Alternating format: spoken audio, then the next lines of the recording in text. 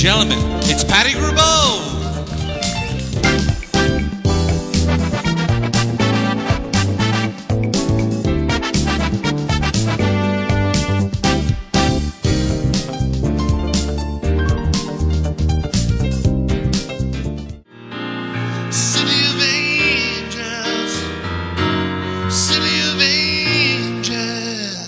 Please join me in welcoming Richard Heckman. Come on out, Dick.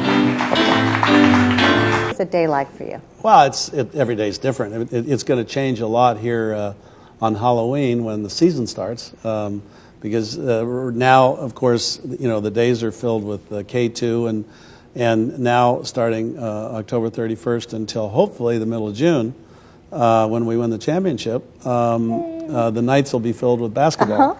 So it gets pretty hectic. We have 41 home games, and 41 road games, and then the playoffs.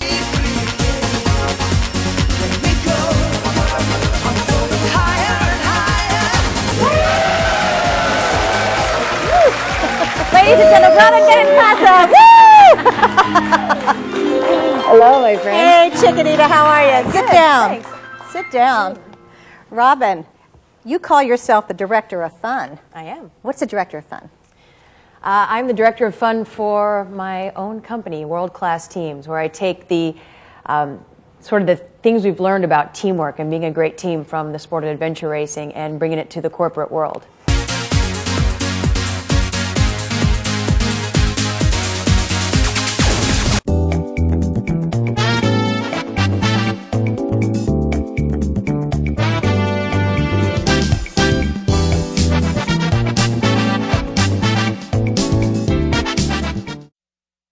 I can't die for her, it's too late, but I can give everything I have of this life to her.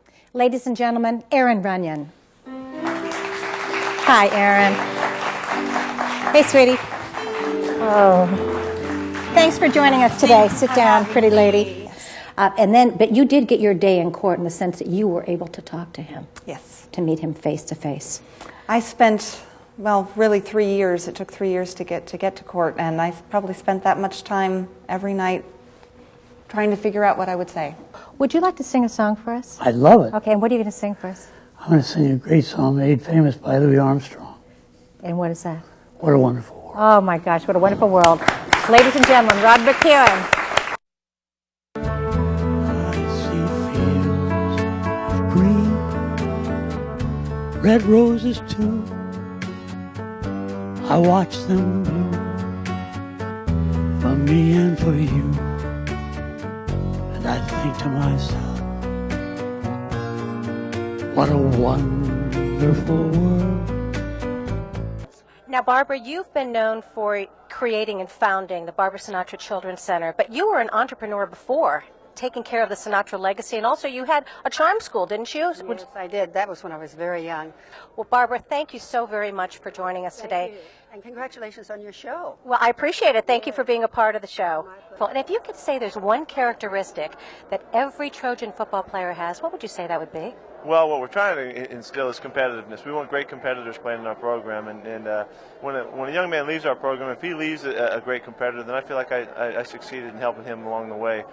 We're always looking for that attribute. We want guys that have that kind of special characteristics, that they just won't give up anything easily, and they're going to fight forever, and so that's what Fight On's all about.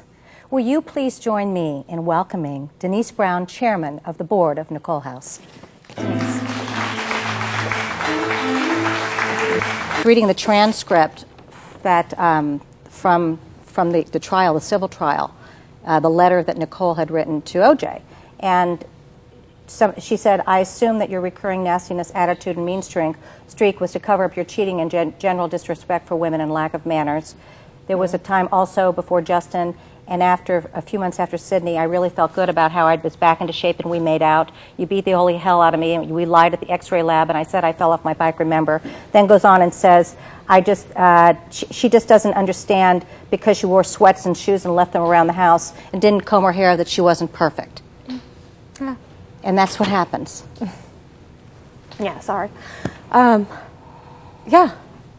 That's what happens. Today we have with us, first up, Tom Lutz, who is head of the MFA program at UCR. He recently wrote a book called Doing Nothing: Loafers, Loungers, Slackers, and Bums. Oh my!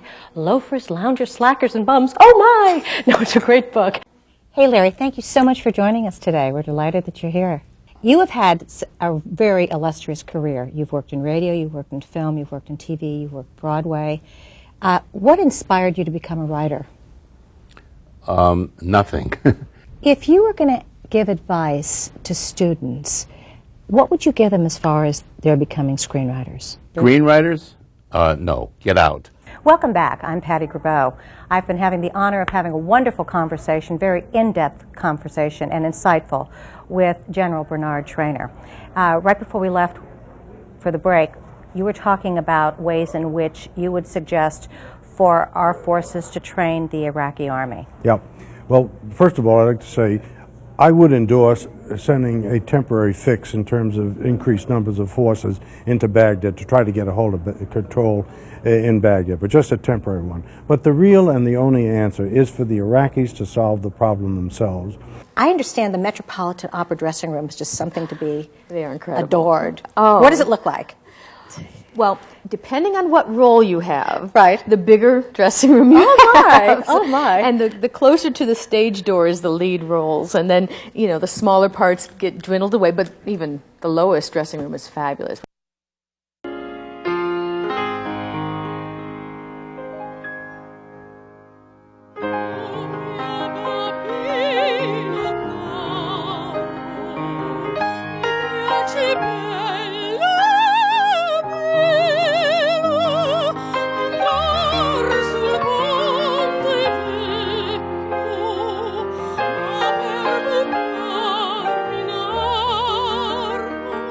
Straight from my heart to yours, I hope you enjoyed this week, and I hope to see you next week. Bye-bye.